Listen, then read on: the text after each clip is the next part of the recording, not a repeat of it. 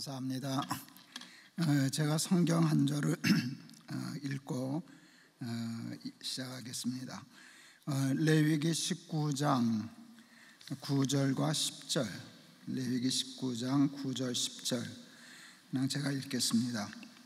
너희 땅의 곡물을 벨 때에 너는 밭 모퉁이까지 다 거두지 말고 너의 떨어진 이삭도 줍지 말며 너의 포도원의 열매를 다 따지 말며 너의 포도원에 떨어진 열매도 줍지 말고 가난한 사람과 타국인을 위하여 버려두라. 나는 너희 하나님 여호와니라. 아멘. 여기 어디 음향 조절하는 데가 어디 있겠죠? 여기 조금 난 저음을 조금만 빼주세요. 너무 울리는 것 같아서. 부탁합니다. 지난 수요일 날에는 돈은 복이 아니다. 돈은 좋지만 돈이 우리를 행복하게 못하고 훌륭하게 못하고 당연히 돈이 우리를 구원도 못하지요. 그래서 돈을 좋아해도 한계를 알고 좋아해야지 그 한계를 모르면 돈의 종이 되고 돈의 노예가 되고 돈 때문에 죄 짓고 그렇기 때문에 돈에 대해서 제일 중요한 건 돈이 복이 아니다. 돈이 복이 되지 않는 까닭은 복음 때문이다. 기억나실 거예요. 하나님이 우리를 사랑하셔서 우리를 천하보다 더 크고 귀하게 만드셨기 때문에 천하를 다 얻어도 세상에 있는 돈 다 갖다 여기다 쌓아도 채워지지 않는다. 그냥 돈은 돈이다. 돈으로 기껏 얻을 수 있는 건 편안함이지 평안함은 아니다. 돈으로 재밌게 살 수는 있어도 기쁘게 잘 살 수는 없다. 부자로 사는 것과 잘 사는 것은 다르다 하는 얘기를 했었습니다. 그런데 돈에 대해서 치우친 생각이 한쪽인데요, 또 극으로 치우친 데는요, 돈을 악한 것으로, 천한 것으로 보는 쪽도 굉장히 많아요. 제가 여러 해 전에 깨끗한 부자라는 책을 썼어요. 혼났어요. 부자 기복주의 신앙 가르친다고 깨끗한 부자 논쟁이 아주 심했어요. 그래서 제가 기독교 방송, 텔레비전 방송 카메라 걸고 공개 토론하자 그랬어요. 어느 유명한 대학의 교수님이신데 저한테 그랬어요. 깨끗한데 어떻게 부자가 됩니까?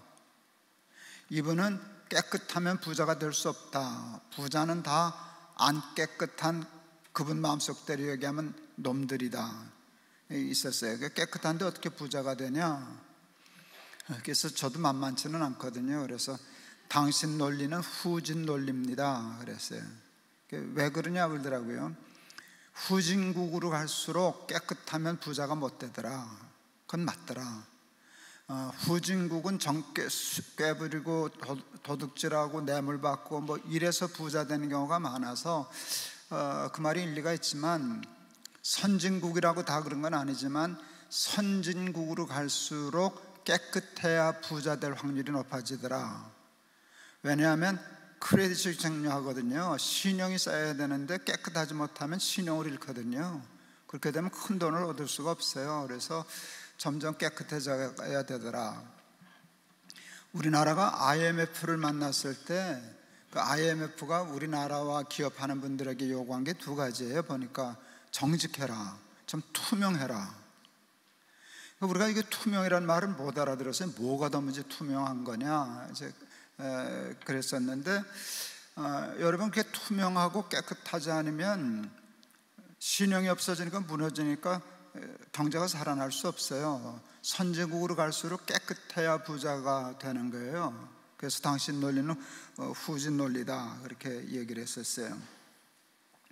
가난을 훌륭함으로 보는 것도 잘못된 것이지만 가난을 무조건 죄악된 것으로, 천한 것으로, 유치한 것으로 보는 것은 고전적인 그 이단이에요. 영지주의라는 게 있었어요. 영지주의는 세상적인 것, 물질적인 것, 육체적인 건 다 악한 것으로 보는 거예요. 그건 이단이거든요. 하나님 안에 있으면 다 깨끗하고 좋은 것이지. 그 베드로가 환상을 보는데 위에서 보재기에서 뭐 내려오니까 잡아먹으라 하니까 안 잡아먹는다 그랬잖아요. 그랬더니 야, 내가 깨끗하게 한 것을 네가 왜 부정하다 하느냐. 우리는 너무 지나쳐서 하나님이 인정한 것까지도 뭐든지 부정하게 생각하는 오류도 있는데, 그런 오류는 빠지지 않으면 좋겠다 이렇게 싶었습니다. 제가 굉장히 존경하는 훌륭한 선배 목사님이 계셨어요. 꽤 큰 교회 목사님이셨는데 프라이드를 타고 다니셨어요. 굉장히 큰 교회 목사님이신데 방도 조그맣고 교회 예산의 60% 이상을 선교비로 쓰는 교회예요. 자기들은 절제하고 아끼시는데, 그러니까 자기는 프라이드를 타셨지. 근데 저한테 이렇게 얘기하시더라고요. 나는 프라이드가 없어서 프라이드를 타. 전 또 그분 못 넘어가요. 그 프라이드를 탄다고 프라이드가 생기면 벤츠를 탄다고 프라이드를 갖는 거나 똑같은 거야. 차 가지고 벤츠 탄다고 프라이드 어깨에 이르는 사람이나 나는 프라이드를 타서 프라이드가 있어는 똑같은 거야. 차 종류만 다른 거지 맥락은 똑같다고. 그냥 차는 차예요. 그냥 벤츠를 타든지 프라이드를 타든지 생각대로 타지만 그걸 가지고 프라이드를 논하는 일은 내가 보기엔 성경적이 아니어서. 그랬더니 그 목사 말 맞다 이제 그러고 동의를 해주시더라고요. 제가 영락교회에서 이제 부목사 생활도 하고 이제 협동 목회도 좀 하고 그랬어요. 그 한경직 목사님 계셨는데 제가 가까이서 뵀기 때문에 참 그분 참 훌륭한 분인 걸 제가 알아요. 한경직 목사님이 이제 소천하셨어요. 돌아가셨어요. 그랬더니 뭐 온 뉴스와 모든 게 어디에 조명을 했는가 하면 한경직 목사님은 두 벌 옷 통장이 없었다. 사실이거든요. 그분 두 벌 옷 없고 통장이 없었다. 그걸 부각시켜서 하더라고요. 제가 제 인터넷에다 SNS에다 글을 썼어요. 한 목사님의 훌륭함을 거기다 조명하면 안 된다. 네, 그랬어요. 두 벌 옷 없고 통장 없는 것을 저거 하면 개신교는 살아날 길이 없다. 그러면 목사들은 장가를 가지 말아야 된다. 장가를 가지 말든가. 장가 가서 처자식이 있는데 두 벌 옷 없고 통장 없으면 어쩌란 말이냐. 그거는 무책임한 일이다. 그리고 그것을 훌륭하다 그러면 어떤 다른 삶을 얘기해야지. 무소유 무통장을 훌륭함, 이거는 기독교적이 아니에요. 기독교적인 것으로 우리가, 제가 이제 가스라이팅이라는 말 배워가지고 잘 써먹어요. 그건 우리가 가스라이팅을 당하는 거예요. 유교적인 전통, 뭐 불교도 그런 게 있나? 하여간 그래서 가난해야만 훌륭하다, 뭐 선비는 뭐 이런 게 있는데요. 제가 깨끗한 부자를 사람들이 쉽게 얘기해서 청부론이라고 이름을 지어줬어요. 뭐의 반대말인가 하면 청빈을 얘기하잖아요. 청빈을 얘기하는데 김 목사는 청부를 얘기했다는 그 뜻이에요. 뭐 저는 틀리지 않았다고 생각했어요. 근데 사람들은 청빈이란 말을 자기는 안 하려고 그러는데 남한테는 뒤집어 씌우려고 하는 경우가 참 많아요. 특히 우리 같은 목사한테는 잘 뒤집어 씌워요. 그래서 월급 조금 주려고 그러고 그리고 월급 좀 이거 못 살겠는데 그렇게 하면 속된 목사인 줄 알고 타락한 목사인 줄 알고, 이런 풍조가 실제 교회 안에 있어요. 그런 교회 안에 있어요. 저는 근데 거기에 동의하지 않아요. 내가 부자 되려고 목사 되지는 않았지만 가난해야만 훌륭하다는 건 내가 성경 어디를 봐도 없는 얘기다 이렇게 생각을 했어요. 그리고 제가 그때 한경직 목사님 얘기할 때 제가 얘기했어요. 한경직 목사님은 두 벌어 통장 없어도 되셨다고. 왜냐하면 한경직 목사님 영락교회가 목사님 너무 잘해드렸어요. 존경하는 분이니까. 돌아가실 때까지 남한산성에 건강이 나쁘니까 조그만 집이지만 거기는 큰 평수를 쓸 수가 없어서, 그렇지만 아주 잘 배워서 한 목사님 한 분을 돌보기 위해서 월급 받는 유급 직원이 3명이 붙어 있었어요. 밥하고 살림해주는 권사님 한 분, 집 청소해주는 사찰 집사님 한 분, 차 운전해 주시는 기사 집사님 한 분. 그러면 두 버릇 없어도 되지 않나요? 그러니까 모든 한국교회 목사들을 다 그렇게 한다면 나도 그러면 되지. 근데 그거는 안 해놓고 옷 한 벌만 입어 통장 있으면 안 돼. 그렇게 하면 그건 안 돼요. 여러분, 우리가 이제 무소유를 얘기해요. 얼마나 훌륭해 보이고 고상해 보여요. 근데 저는 무소유를 무책임으로 풀어요. 무소유는 참 무책임한 생각이에요. 폼은 나요, 근사해요. 근데 그 사람은 죽을 때까지 남한테 신세지고 살아야 돼요. 없잖아요, 아무것도. 제 선배 목사님 한 분이 지방에 꽤 큰 교회 목사님이셨는데 참 훌륭하시죠. 그분은 돈에 욕심이 없는 분이에요. 교회에서 생활비 주고 뭐 책에서 인쇄 받고 어디 가서 강사비를 받으면 한 달 쓰고 돈이 남으면 다 교회다 헌금하는 분이에요. 늘 쓰고는 정산해서 제로베이스를 만들어요. 난 그러면 안 된다고 생각해서 목사님 그러면 안 돼, 저축해야지. 저는 목사들에게, 후배 목사들에게도 늘 저축을 가르치거든요. 그렇게 되면 믿음 없는 목사 취급을 해요. 싹훈 취급하고. 근데 저축하라고, 저축해야 돼. 그랬더니 그 옆에 있던 장로님이 내 말에 동의하더라고요. 목사님 저축해야죠. 아무리 얘기해도 안 듣는다는 게 자기 목사가. 그래서 자기가 그때는 뭐 실명 금융 실명제 할 때가 아니니까 장로님이 한 달에 100만 원씩 적금 들어가는 걸 한 달치를 붓고 그 통장을 주셨어요, 사모님한테. 계속 가서 하시라고. 목사님 한 달에 100만 원 정도 저축하실 수 있다고. 이 양반 그거 그 달로 찾아가지고 교다 내고 안 했어요. 근데 그 집 아들하고 우리 아들이 거의 같은 때 결혼을 했어요. 그 목사님 아들 결혼할 때 그 교회에서 부주 1억 원 했어요. 그럴 수밖에 없지. 목사 아무것도 없으니까. 그리고 어쩌면 그 목사님이 교회다 갖다 집어넣은 돈이 1억이 넘을런지도 몰라요. 그러니까 장로님들이 우리 목사님 아들 준비 안 됐으니까 1억을 부주했어요. 그걸 자랑하시더라고요. 그래서 제가 딴지를 좀 걸었죠. 여긴 교인들도 결혼할 때 1억씩 주느냐고. 아니래요. 당연하지. 그때 우리 아들도 결혼했어요. 그때 우리 교회에서 담임 목사 결혼식 부주금 얼마 했게요? 20만 원 했어요. 왜 20만 원이게요? 우리는 그게 정한 거예요. 우리는 교인들도 결혼하면 20만 원 드려요. 그런데 나는 아무 문제 없어요. 왜? 내 새끼는 내가 준비해야지 왜 교회 장로님들이 준비해요? 그건 무책임한 일이거든요. 애도 공부시켜야 할 거, 이 다음에 결혼시켜야 할 거, 내 노후까지도. 그는 내 책임이지 왜 그게 교회 책임이에요? 교회에서 월급 줬는데. 그래서 그랬어요. 그거 보라고 내가 그런다 그러지 않았냐고. 무소유가 근사해 보여도 남한테 패기치고 불공정한 게임이라고. 그래서 열심히 아낄 거 아끼고 쓸 거 쓰고 헌금할 거 헌금하고 선교할 거 선교하는데 반드시 저축의 몫이 있어서 자기 노후를 준비하고 그래야지.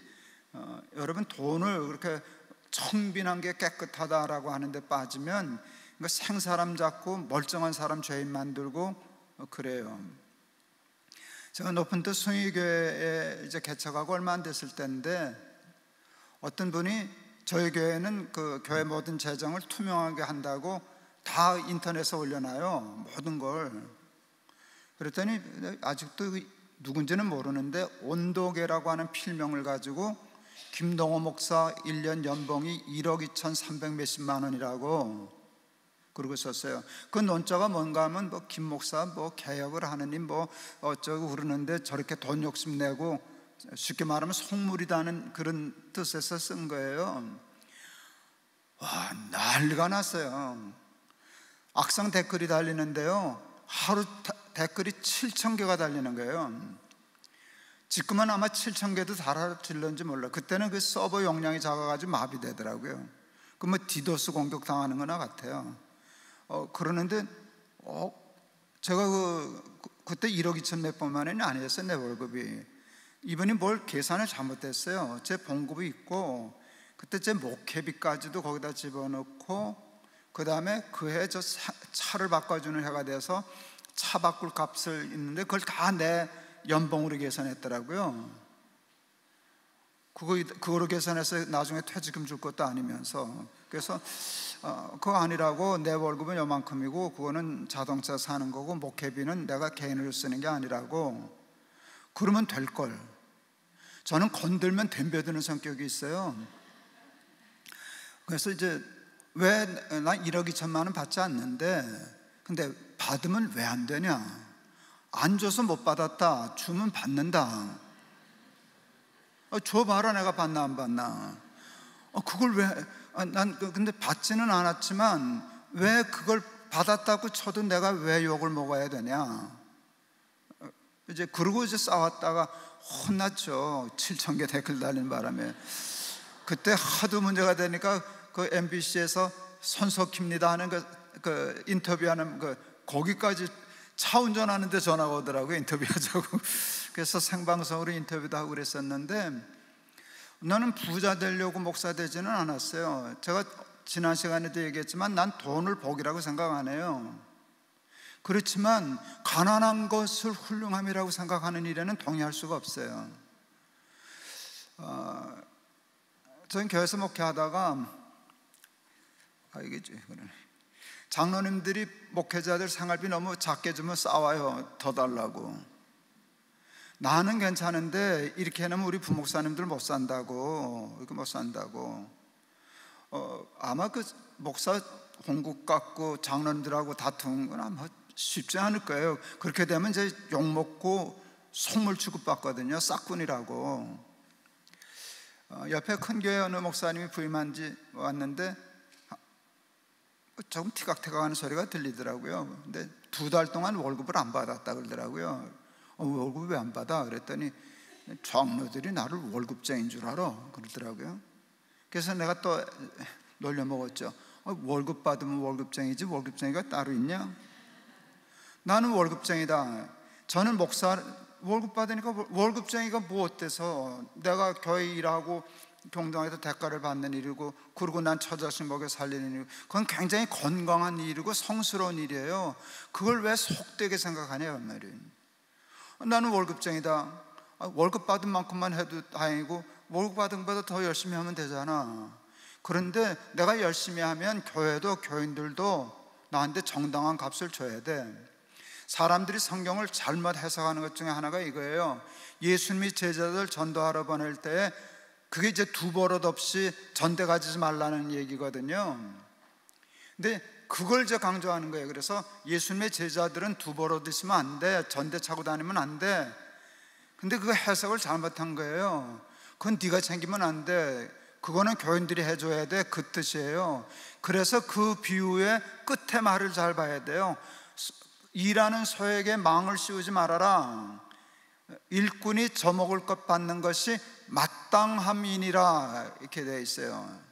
그러니까 정당한 대우를 잘 해줘야 된다는 뜻으로 그 두 버릇, 네가 다 자비량 하려고 그럴 것 없어. 자비량 하면 할 수 있지만 정상은 교회가 교인들이 저거 봤으면 줘야지. 걱정 없이, 생활 걱정 없이 해줘야지.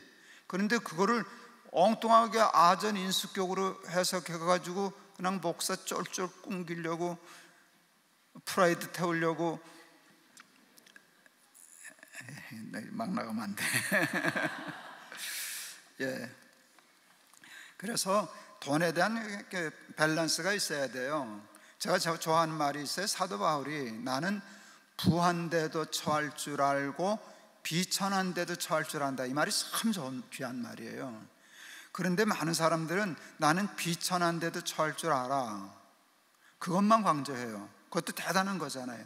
근데 바울이 뭐라 그러는가 하면 나는 부한데도 처할 줄 안다 그랬단 말이에요. 그건 뭐예요? 부한데 처할 줄 아는 게 뭘까요? 여러 가지로 해석할 수 있어요. 근데 나는 나답게 이렇게 해석했어요. 나도 돈 좋아. 나도 돈 있으면 좋더라 뭐. 근데 나는 잘 쓸 수 있어. 나는 그 돈 바르게 잘 쓸 수 있어. 난 돈이 복이라고 생각 안 해. 그렇지만 돈도 나도 좋아. 그런 뜻이거든요. 그래도 없어도 근데 상관없어, 그런 뜻이에요. 그게 성경 전체에 흐르는 맥락이에요. 무화과 나무에 열매가 없어도, 이 도라고 하는 말의 뉘앙스가 굉장히 깊어요. 무화과에 열매가 없어야 그게 아니에요. 없어도예요. 그건 무슨 뜻이에요? 있으면 좋다는 거예요, 안 좋다는 거예요? 있으면 좋아. 그런데 없어도 나는 좋아. 이게 기독교 신앙이에요. 외양간에 소가 없어도. 또 예수님 말씀하시잖아요. 너희는 무엇을 먹을까 입을까 마실까 염려하지 말라 그러시고 사람이 떡으로 사는 것이 아니니라 그러셨죠? 아니요. 떡으로 만은 떡을 부정한 거예요, 긍정한 거예요? 그건 긍정한 거예요. 그런데 그것만 가지고는 안 되는 것이 떡으로만 사는 게 아니야. 먼저 해야 할 일이 있어. 먼저 하나님의 나라와 의는 건데, 여러분 그 돈, 물질 이거를 우습게 생각해 놓으면 이 세상이 골치 아파지고 그건 기독교의 바른 신앙관이 아니에요. 그래서 지난 시간에는 돈 그렇게 너무 미쳐 살지 말아라 얘기를 했지만, 오늘 이 시간에 뭘 얘기하는가 하면 돈 우습게 여기지 말고 열심히 벌어라, 그 얘기를 하려는 거예요. 돈은 뭐 great는 아니지만 돈도 굿이에요. 신앙 바른 사람이 소명감을 가지고 돈을 많이 벌면 여러분 그 돈이 하나님의 나라를 위해서 잘 쓰여지지 않겠어요? 제가 코스타라고 하는 집회, 유학생들 집회 참 열심히 다녔는데, 제가 첫 유학생 집회 가서 거기 다 이제 박사과정이 있고 이런 분들이니까, 학생들이니까 제 첫 설교가 고지를 정복하라 였어요. 그것 때문에 또 욕 되게 먹었어요. 그래서 저한테 붙은 말이 고지론자, 청부론자, 저한테 부정적인 딱지가 그거예요. 근데 나는 아직도 생각이 바뀌지 않았어요. 고지를 왜 버려? 공부 열심히 해서 박사도 되고 부자도 되고 성공도 하고 출세도 하고 하면 좋지. 그런데 그것을 인생의 목표로 삼지 않고 그것을 하나님 나라와 하나님을 위한 좋은 도구로 사용하면 얼마나 좋으냐. 고지를 정복하면 전투의 3배에서 5배 유리해, 그 뜻이거든요. 고지를 정복하라, 이제 그런 얘기를 했었죠. 그래서 돈을 바르게 열심히 잘 벌고, 모르가도 서울만 가면 돼 하고 수단 방법 안 가리고 그렇게 벌면 안 되고, 정당하게 하나님이 주시는 복으로 돈 열심히 벌고 부자도 되고 박사도 하고 성공도 하고 그러지만 그걸 하나님의 뜻대로 잘 사용할 줄 아는 사람이 되면 좋겠다 하는 생각을 했어요. 오늘 설교가 지난번보다 더 은혜스럽죠? 예. 근데 이렇게 들어놓고 열심히 벌어요. 그래 놓고 왜 버냐 그렇게 하면 이 김 목사 이렇게 가르쳐줘서 그게 하나님 뜻에서 번다 그래 놓고는 안 지켜. 그럴 위험성이 많아요. 이걸 핑계거리 삼으면 안 돼요. 정말 그렇게 실천하고 살면 여러분 돈에 대해서 바른 재정관을, 기독교적인 성경적인 재정관을 갖는 사람일 거라 이렇게 생각을 합니다. 제가 오늘 제 금전출납부 보여드린다 그랬는데 찾으니까 없어, 어디 갔는지. 찾다가 그냥 왔어요. 왔는데 저는 아이들에게 돈을 가르치려고 했었어요. 돈을 가르치는 게 굉장히 중요해요. 돈이 신앙이에요. 물질이 있는 곳에 내 마음이 있느니라 그랬거든요. 그러니까 돈을 어떻게 생각하고 어떻게 벌고 어떻게 쓰는가를 보면 그 사람의 사람됨이나 수준이나 신앙을 알 수 있는 거예요. 그래서 돈을 잘 쓰는 법을 가르쳐 줘야 되겠다라고 생각해서 아이들에게 돈을 많이 가르쳤어요. 제가 1984년도에 승동교회라는 교회 담임 목사가 되었어요. 그때 제가 34살인가 그랬어요. 굉장히 일찍 담임 목사가 되었어요. 우리 아이들이 어렸죠. 아주 어렸을 때인데 그 승동교회가 제가 부임했을 때 1년 결산이 4천만 원이었어요. 4천만 원. 그 다음 예산을 제가 7천만 원으로 올렸어요. 전 드라이브를 걸거든요. 최선을 다하다가 못하는 게 낫지 만만하게 해놓고 그 높이뛰기 하면 안 된다 생각해서 장로들하고 싸움 하면서 거의 100% 증액한 거잖아요. 안 됩니다 뭐 그러는데 그냥 할 수 있습니다 해놓고 7천만 원 예산을 세웠어요. 겨우 통과시켜놓고 제가 1,000만 원짜리 프로젝트를 또 걸었어요. 그게 뭔가 하면 돈 잘 쓰기 운동이라는 것이었어요. 돈 잘 쓰기 운동 한 1,000만 원짜리 해보자. 그때 1,000만 원이 작은 돈은 아니에요. 그때 우리 교인들이 한 200명 요 정도 출석할 때였는데 200명 정도 출석할 때인데 제가 이런 얘기를 했어요. 그때 점심 한 그릇이 한 3,000원 정도 할 때인데 3,000원 갖고 할 일은 뭐 없다. 근데 3,000원을 200명이 모이면 60만 원이 되지 않냐? 그러면 뭐 일을 하나 할 수 있다. 그러니까 한 달에 점심값 한 끼씩이라도 좀 모아보자. 이제 그게 돈 잘 쓰기 운동이에요.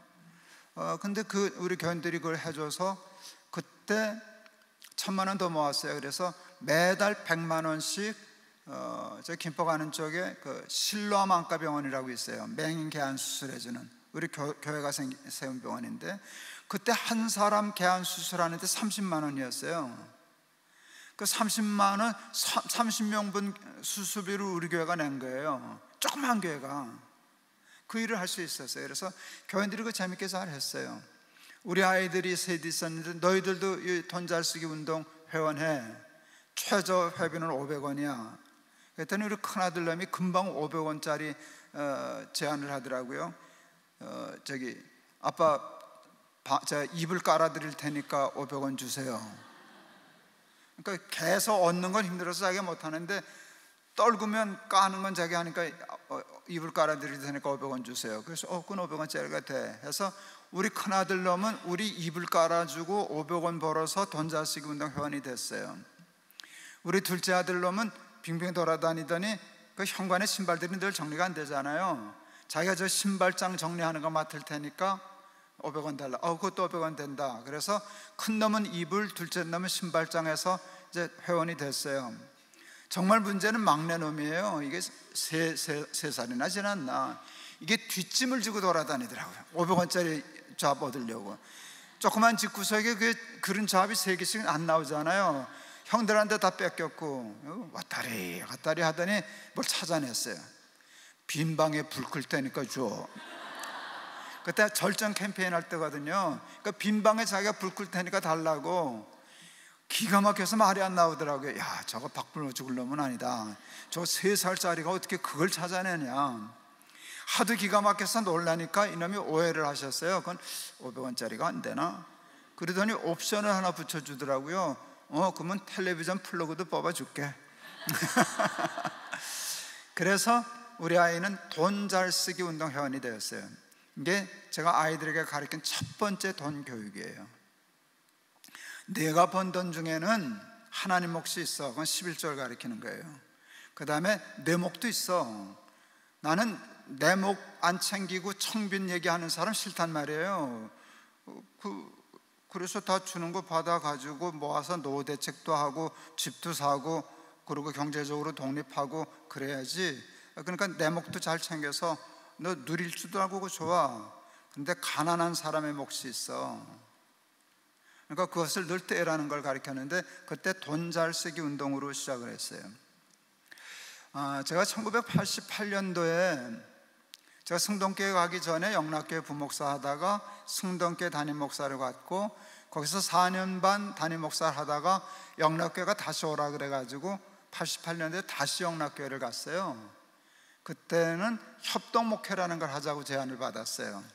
저는 교육 쪽을 맡았는데 그러니까 교육에 관한 한 담임 목사 대우를 하는 거예요. 그러니까 그 권한도 담임 목사. 그러니까 영락교회 그 교사 임명장이나 졸업생들에게 나갈 때 교장 이름은 담임 목사님이 아니고 저예요. 제가 교육부의 담임 목사니까 이제 그런 제안을 받았어요. 그래서 갔더니 저 38살에 갔는데요. 그때 영락교회가 저한테 담임 목사님하고 똑같이 대우해 줬어요. 그러니까 많았게요, 안 많았게요? 많지. 그러니까 갑자기 월급이 저는 승도교회 있을 때보다 곱절이 됐어요. 곱절이 넘었지. 좋았게요, 안 좋았게요? 좋지. 집도 큰 집 주고 좋았어요. 그랬는데 애들이 그때 한참 우리나라에 컴퓨터가 막 들어올 때였어요. 근데 이놈들이 보더니 아빠 우리도 컴퓨터 사주세요. 근데 그때 컴퓨터가 50만 원이었어요. 50만 원이 작은 돈이 아니었어요 그때. 웬만한 작지 않은 교회도 한 달 월급이 담임 목사 월급이 될 만한 돈이었는데, 근데 영락교회 담임 목사 대우를 받으니까 50만 원 컴퓨터 사달라는 걸 내가 척 사줄 수 있게 되더라고요. 근데 그게 얼마나 기분 좋은 일인데요. 아빠가 하나 사줄게. 이게 폼나는 거잖아요. 저 애비 잘 만나가지고 컴퓨터도 척척 사주고, 그래서 컴퓨터 사줬어요. 기분 되게 좋았어요. 근데 그날 저녁 9시 뉴스에 천호동 일가족 4명이 집세 50만 원 올려달라는 거 못 올려줘서 비관해서 애 둘 데리고 자살한 사건이 뉴스에 나왔어요. 초등학교 아이들 남매를 50만 원인데 이게 왜 걸렸는가 하면 내가 애들 컴퓨터 사준 돈하고 갔거든요. 내가 회사 사장도 아니고 장사하는 사람도 아니고 교회 조금 큰 교회 목사 된 것뿐인데 나는 그냥 아빠가 하나 사줄게 하고 컴퓨터한테 사준 돈인데 어느 집은 적이 없어가지고 화딱지 나서 비관해서 애까지 데리고 죽었다. 이게 체하듯이 걸리더라고요. 하도 힘들어서 내가 하나님 앞에 짜증냈어요. 하나님, 내가 애 컴퓨터 사준 게 죄입니까? 그러면 컴퓨터 사주지 말고 두고 있다가 밤낮 누가 죽나 보고 갖다 줘야 됩니까? 이제 그러고 화풀 하나님 앞에 신경질 낼 때인데, 그때 하나님이 제게 주신 말씀이 오늘 읽은 말씀이에요. 레위기 19장. 내 밭이라고 다 거두면 못 써. 내 귀퉁이는 가난한 사람을 위해서 남겨놔. 들고 가다 볕단 떨어뜨려서 야, 잘 떨어졌다. 그걸 뭘 줍냐? 그냥 내버려둬. 가난한 사람들 와서 좀 주워가게. 이게 참 유대인들, 기독교적인 굉장한 배려가 있어요. 남을 주는데도 배려가 있어요. 가난한 사람 불러다가 척척 나눠주면 나는 얼마나 좋고 받는 사람은 얼마나 기죽어요. 그러니까 그럴 거 없다는 게, 누가 가져가는지 너 신경 쓰지 말고 그냥 남겨놔. 그러면 그 사람들 내 눈치 보지 않고 그냥 필요한 대로 가져가면, 그런 가져가는 사람들의 자존심까지 생각한 방법이에요. 내 귀퉁이를 남겨놓고, 그래서 이삭 줍기가 가능한 거잖아요. 이삭 줍기. 그래서 제가 누가 이제 꿀 하나 갖다 준 오동나무 통, 껍데기 오동나무 통으로 저금통을 팠어요. 집에서 뭐 일도 안 하는 애비가 뭘 만드느라고 뚝딱거리니까 애들이 신기한지 봤어요. 거기다 제가 이삭 줍기라고 써붙였어요, 어려서. 그러니까 애들이 묻는 거예요. 이게 뭐야? 이삭 줍기가 뭐야? 너희들 어제 컴퓨터 샀지? 예. 천호동 그 뉴스 너도 봤지? 예. 아빠가 너무 힘들었어. 우리 집은 컴퓨터 한 대 값인데 어느 집은 그게 없어서 애들도 죽었잖아. 그런데 성경이 이렇게 하라 그랬어. 그래서 우리는 돈이 생기면 내 귀퉁이 몫은 여기다 넣을 거야.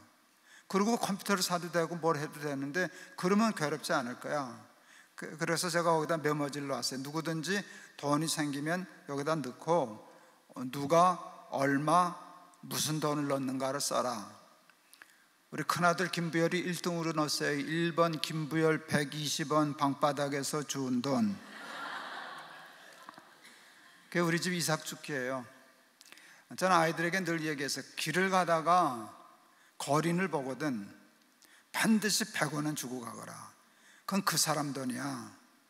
하나님이 너한테 맡겨둔 돈이야. 만일 100원이 없으면 1000원을 드리고 가거라. 근데 그게 너무 과하다 싶으면 육교 내려와서 껌 사서 100원짜리 껌 사서 동전 바꿔가지고 껌도 하나 드리고 100원짜리 드리고 오너라. 그걸 가르쳤어요. 그러니까 가난한 자의 목, 그게 이삭 줍기예요. 제가 영락교 고등부를 하면서 그 설교를 했어요. 먼저 한 거는 수요일 저녁에 어른 예배 때 제가 그 설교를 했더니, 와, 교인들이 은혜 되게 받대요. 근데 어른들은 이게 은혜만 받아. 그 다음에 아무런 열매가 없어요. 아멘을 하든 말든가, 했으면 뭘 좀 하든가. 근데 제가 그 설교를 똑같이 저는 고등부 설교도 했었거든요. 고등부 설교를 했어요. 이놈들은 뭐 아멘을 할 줄 아나? 그냥 설교했어요. 조금 있더니 사무실에 회장, 부회장, 총무, 임원이 쫓아왔어요. 목사님, 우리 그거 할래요. 그래서 영락교 고등부에서 이삭 줍기가 시작됐어요. 그러니까 자기 이제 그런 개념을 하는데, 그 봉투를 아예 동전도 넣을 수 있게 두꺼운 봉투를 해서 나눠줬어요. 거기다 매달 첫 주일날 넣고 무슨 사연으로 넣는지를 써라. 내가 첫 번째 사연을 잊을 수 없어요. 팥빙수 먹고 싶었는데 점점점 500원. 두 번째 사연, 칼국수 대신 사발면 800원 마이너스 300원 이퀄 500원. 학교 식당에서 800원짜리 칼국수 먹고 싶었는데 300원짜리 사발면으로 때우고 500원 여기 집어넣었다는 거예요. 세 번째 사연은 이거예요. 아주 시설이 좋은 독서실 12,000원, 그때 후진 독서실 7,000원. 근데 12,000원짜리 간다고 타가지고 후진 독서실 등록하고 이제 5,000원 갖다 집어넣은 거예요. 큰 돈이지. 목사님 공부 더 잘 돼요. 이런 사연들이 여기 시작했어요. 여러분, 놀라운 일은 그게 89년도 시작했으니까 지금 벌써 몇 년이에요? 30몇 년 됐잖아요. 아직도 영락교회 애들이 한다는 거예요. 제가 그러다 동안교회 담임 목사가 되었어요. 이제 담임 목사가 되니까 힘이 좀 있잖아요. 우리 이거 하자고. 그때 아마 동안교회가 1년 결산이 한 10억 정도, 그때 10억 큰 돈이에요. 그때 이삭 죽기로 1억 정도를 결산했어요. 교인들이 하니까 담임 목사가 하자니까 잘 하시더라고요.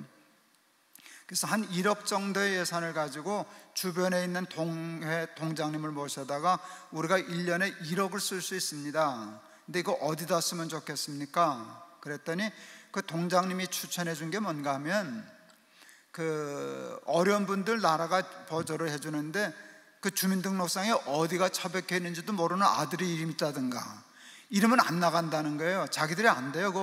어디 가는지 모르고 어려운데 법적으로 지원해 줄 수가 없는데 그런 분들을 좀 교회가 커버해 주면 좋겠습니다. 그래서 우리가 그분들에게 그때 10만 원인가 20만 원씩 매달 드렸어요. 그때 제가 온라인으로 보내지 않고 교인들 자원봉사 받아가지고 귤 한 봉지라도 들고 10만 원, 20만 원 들고 가서 1시간씩 얘기 들어드리고 그러고 오시라고, 귤 까먹고. 그 얼마나 큰 도움이 되겠어요. 그런 일을 하다 보니까 교인들이 신나게 하더라고요. 보람되잖아요. 그러더니 어떤 분이 이제 질문하기 시작했어요. 목사님, 그건 내귀퉁이 때라 그랬는데 그 내귀퉁이가 도대체 얼마입니까? 나도 그 생각은 못 해봤어요. 그래서 그때 처음으로 내가 내귀퉁이를 계산했어요. 그 초등학교 수학으로 풀리더라고요. 5제곱 파이. 5제곱 파이예요. 내귀퉁이가. 가로가 10, 세로가 10이면 100이라고 하는 100 나와요. 100이라고 하는 밭에 내귀퉁이를 떼려면 내접한 원을 계산하면 돼요. 이제 알았죠? 반지름 곱하기 반지름 곱하기 3.14가 정사각형의 원이잖아요. 그럴 때니까 78.5였어요, 원이. 그러면 귀퉁이가 얼마라는 거예요? 21.5. 이야, 이거 얘기했다면 교인들 다 도망가겠다. 11조 내라 그래, 주일원금 내라 그래, 그리고 또 이삭 죽기를 20. 그럼 난 뭐 먹고 사냐? 이게 넘사벽이더라고요. 그래서 이게 뭐 없나, 이게 성경 뒤졌더니 제가 재밌는 걸 찾았어요. 이스라엘 백성들이 11조를 했잖아요, 농사 짓고. 근데 하나님이 그것으로 구제도 하고 과부도 돕고 이제 그러시는데 그게 모자라니까 3년에 한 번씩은 더 내라 그러셨더라고요. 3년에 한 번씩 11조를 더 했어요. 3년에 한 번, 대충 30분의 1조, 30분의 1, 그러면 한 달에 하루 목 정도가 되지 않을까? 그렇게 생각해서 제시해서 이삭 죽기의 기준으로 한 달에 하루는 남을 위해서 살자. 내 한 달 수입에 하루는 남을 줘도 되지 않냐. 그게 교인들한테 어필했어요. 저희 교회 교인 중에 독거노인이 계셨어요. 공장에 가서 하루 일당 받아서 하시는 분인데 이 할머니가 이삭 죽기를 내신 거예요. 11,000원. 그때 일당에 11,000원이었는가 봐. 이삭 죽기 11,000원 자기 이름 쓰고 사연 쓰는 날에 공장 하루 품삯. 소름 끼치더라고요. 이 할머니가 한 달 하루는 가난한 자리 했더니 그 돈을 내신 거예요. 다음 달에 냈는데 13,000원을 내셨더라고요. 난 그 일당이 오른 줄 알았어. 하나님이 상 줘서. 그랬더니 그게 아니고 오늘은 잔업을 해서 2,000원 더 받았다는 거예요. 내가 그 할머니 불러서 할머니 안 내셔도 된다고. 그 할머니 나 다 못 써. 나도 이거 다 못 먹어. 나도 하루는 줄 수 있어. 그게 이삭 죽기였어요. 여러분, 사람들은 그를 가난한 못 사는 사람이라 그래요. 그 사람이 왜 못 살아요? 얼마나 잘 사는 사람이에요. 가난한 사람이지. 돈은 그렇게 쓰는 거예요. 그래서 돈을 쓰는 훈련을 해야 돼요. 어렸을 때부터. 저는 어렸을 때부터 연보 훈련을 잘 받았어요. 우리 어머니가. 저는 우리 아버지는 학교 수위셨는데 한 달 봉급이 한 4, 지금 계산으로 하면 한 40만 원, 50만 원 정도 되는 수준이었어요. 그러니까 늘 가난했어요. 용돈 개념이 없었어요. 밥 먹기 바쁜데 무슨 용돈을 줘요? 동전 몇 개 얻으면 이제 수지 맞은 건데, 우리 어머니가 나를 동전 들고 교회 가게 한 적이 없어요. 언제나 종이돈으로 연봉돈을 줬어요. 어느 날 우리 외할머니가 오셨다가 제가 종이돈 두고 연봉하는 거 보고, 야, 너 참 용타. 근데 너 그거 틀렸다. 뭐가 틀렸어? 할머니 그랬더니 구겨줬다고 데려주시더라고. 제가 이래봬도 전기다림이 쓰던 세대의 사람은 아니잖아요. 숯불을 펴야 다림질 한다고 숯불 펴서 그걸 데려서 줬어요. 여러분, 10,000원짜리 데리면 2만 원 되죠? 구겨주면 9,000원 되죠? 그거 아니에요. 그런데 하나님께 드린 돈은 그러면 안 된다는 게, 이걸 제가 배웠어요. 그래서 이거 좀 믿어주실래나? 저는 작은 돈은 내가 쓰는 거고 큰 돈은 하나님을 위해서 쓰는 거다. 근데 다행히 우리 아내도 그게 돼요. 우리 아내는 어떤 데 보면 나보다 더 지독해요.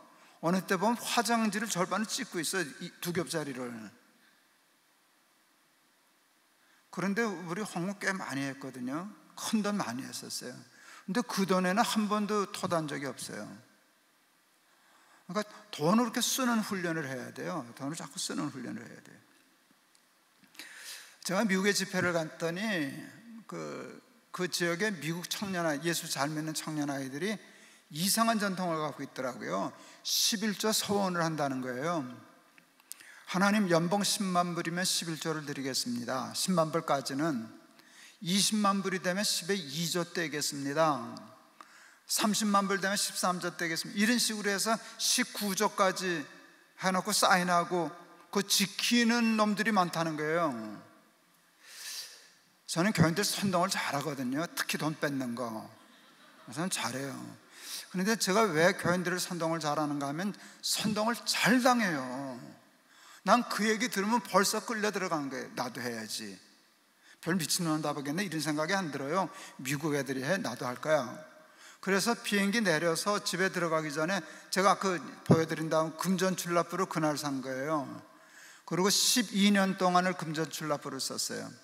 그 금전출납부에다가 제가 앞 페이지에다, 맨 왼쪽 페이지에다 이렇게 썼어요. 사랑하는 아들 부열지열 정렬이에게 돈에 대하여 큰 부끄러움이 없는 아비가 되기 위하여 남기는 기록. 난 돈을 어떻게 썼는가가 나라고 생각했어요. 돈이 얘기하는 거예요. 입으로는 누가 말 못해. 그런데 돈, 물질이 있는 곳에 마음이 있는 거니까. 그리고 한쪽 편에다가 이렇게 썼어요. 내 나름대로 누진표를 만들었어요. 여러분, 혹 짐작하시겠지만 저는 목사치고 돈의 구애를 안 받은 목사예요.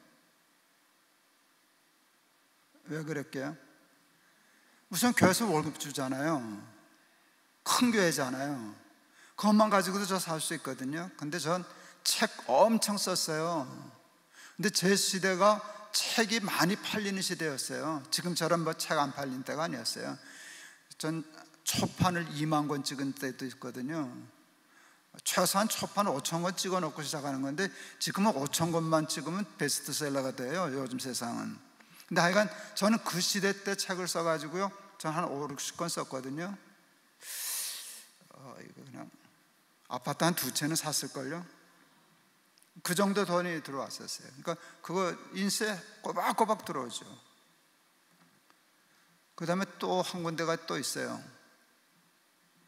목사님 어디 계시나? 목사님, 나 강사비 줄 거죠? 제가 집회 다니잖아요.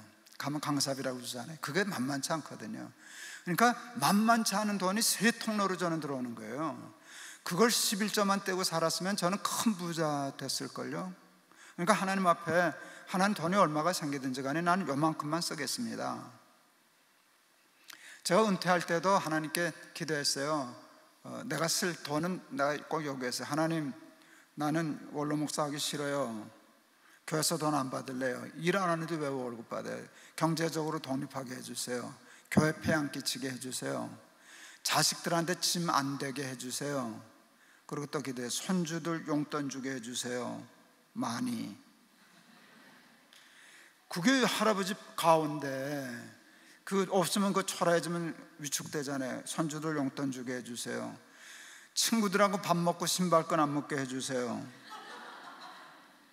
우리 아버지가 그걸 못해가지고 은퇴하시고 집을 못 나갔거든요. 자존심 강한 분이 돈 없으니까 아버지 나가서 친구도 만나지, 나가면 차 마셔야 되잖아, 밥 먹어야 되잖아. 그거 없으니까 구차해서 안 나가서, 우리 아버지는 은퇴하고 돌아가실 때까지 거의 집 밖을 안 나갔어요.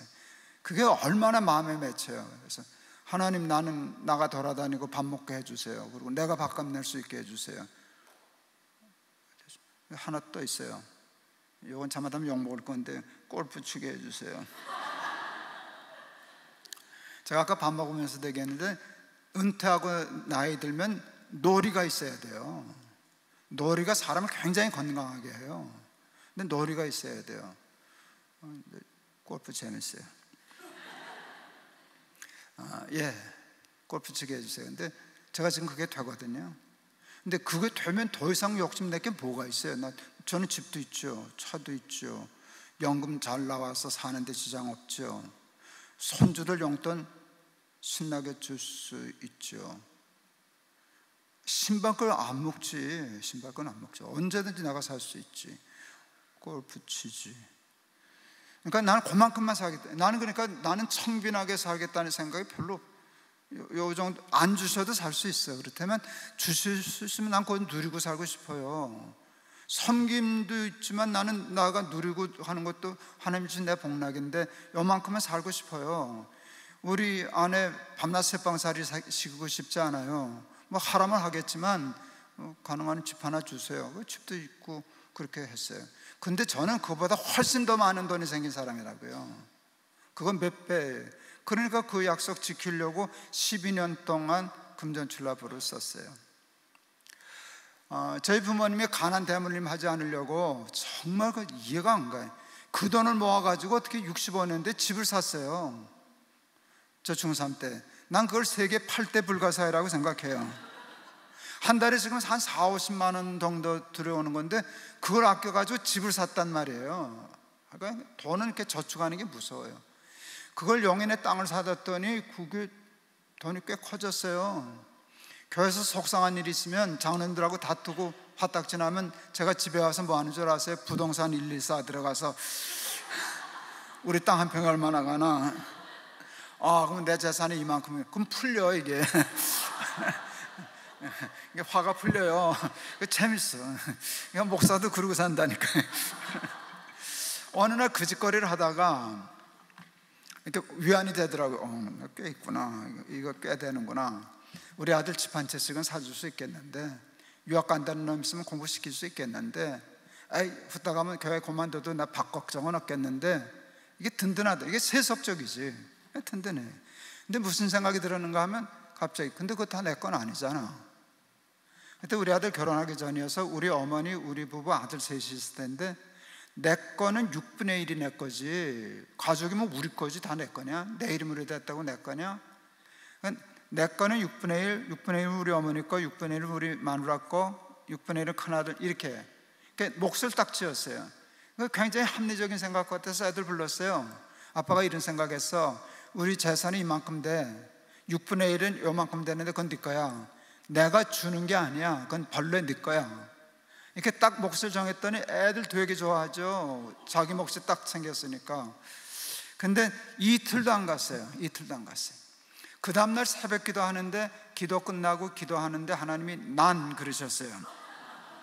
저는 그 말귀를 못 알아들었어요. 뭐 뜬금없이 난 그러시니까. 그래서 네 그랬더니, 아버지라면, 야 이 자식아, 너 식구가 7이지 왜 6이냐?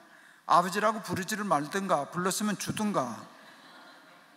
그러니까 6분의 1이 아니고 7분의 1인데 우리가 하나님 빼놓고 6분의 1을 했다고.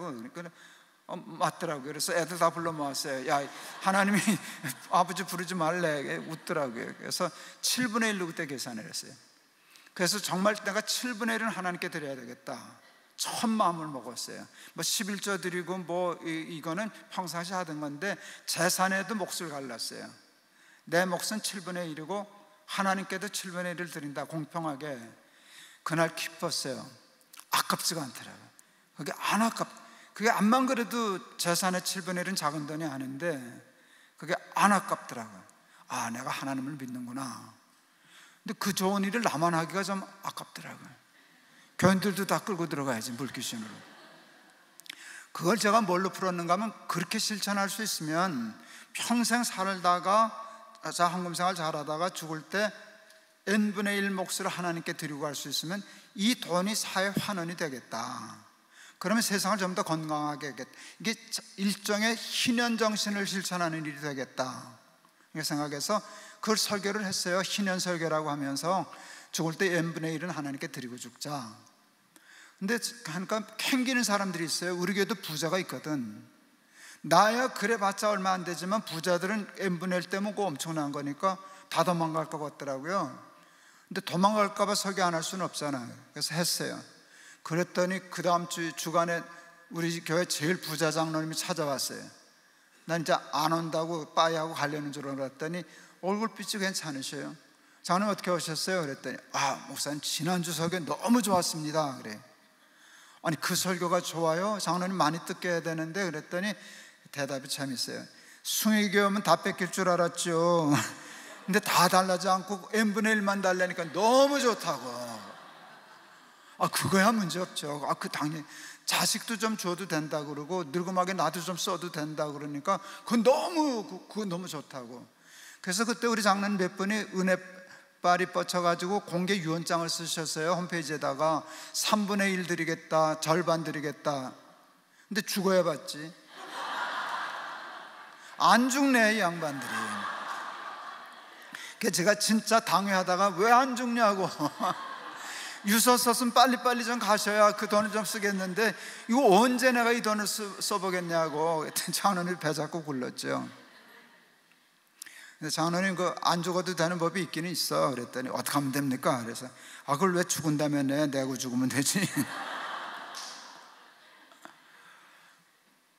근데 그 말에 내가 걸려들 줄 누가 알았겠어요.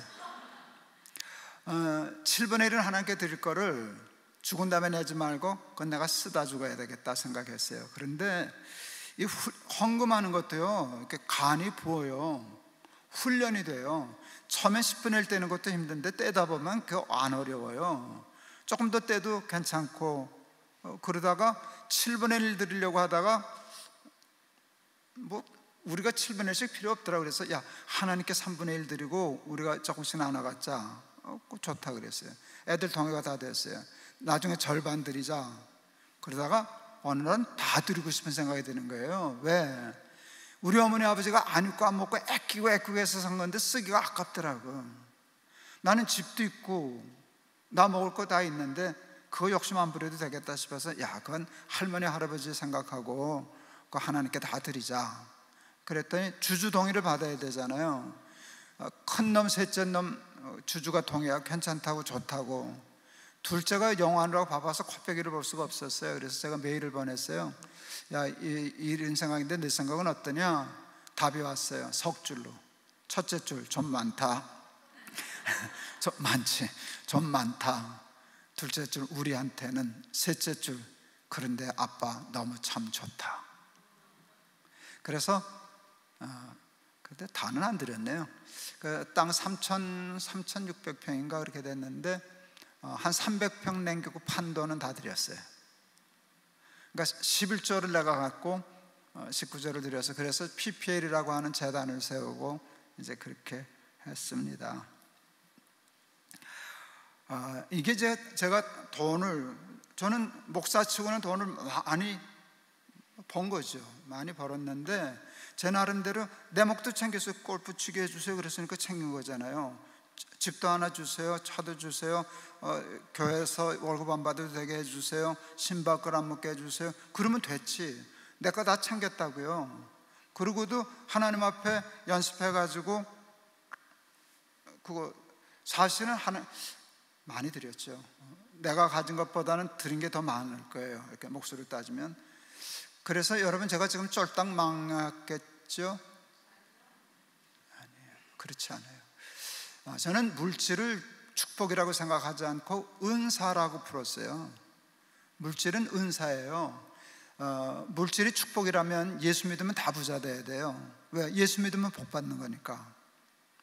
그런데 예수를 믿는데도 다 부자가 안 되는 까닭은 돈이 축복이 아니기 때문이에요. 근데 은사는, 여러분 방언의 은사가 있는데 예수 믿으면 다 방언하죠? 안 해요? 안 해요. 나도 못하니까. 목사님 나도 못하니까. 여러분 예수를 믿는데 방언할 수도 있고 안 할 수도 있어요. 그건 은사예요. 은사는 특별한 목적에 이렇게 줘요. 그러니까 돈이 은사예요. 근데 은사는요 굉장히 중요한 특징을 가지고 있어요. 쓰면 늘고 안 쓰면 줄어요. 저는 이제 당뇨가 오래돼서 늘 운동을 하려는데 옛날엔 턱걸이를 했어요. 애들 근에 묶어놓은 철봉 같은데 이렇게 제가 한 30개 했었어요, 턱걸이. 근데 그게 고장나서 못하니까 요 며칠 전에 해보려니까 한 개도 안 올라가더라고요. 힘을 안 썼으면, 아껴줬으면 잘 금리 복리로 붙어서 한 50개쯤 해야 되잖아요. 쓰면 늘고 안 쓰면 줄어요.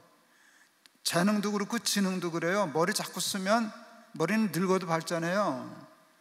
나이가 들어서 기억력이 없어요. 나이가 들어서 그런 게 아니라 공부를 안 해서 그런 거예요. 책 안 보고 그러고 있으니까 이게 머리가 잠깐 녹아가는 거죠. 자꾸 걸으면, 쓰면은 녹아쓰러요. 더 발전해요. 그게 은사의 개념이에요. 돈도 은사예요. 주를 위하여 잘 쓰면 하나님이 풀어주셔요. 저는 지금 에스겔 선교회라는 회를 해요. 날기새도 하고 그러면서 날기새 독자들이 후원을 해줘서 에스겔 선교회가 되는데요, 제가 참 이름을 잘 지었어요. 에스겔의 환상을 보고 지었거든요. 에스겔이 어떤 환상을 봤는가 하면 예루살렘 성전에서 물이 흘러나오기 시작하는 거예요.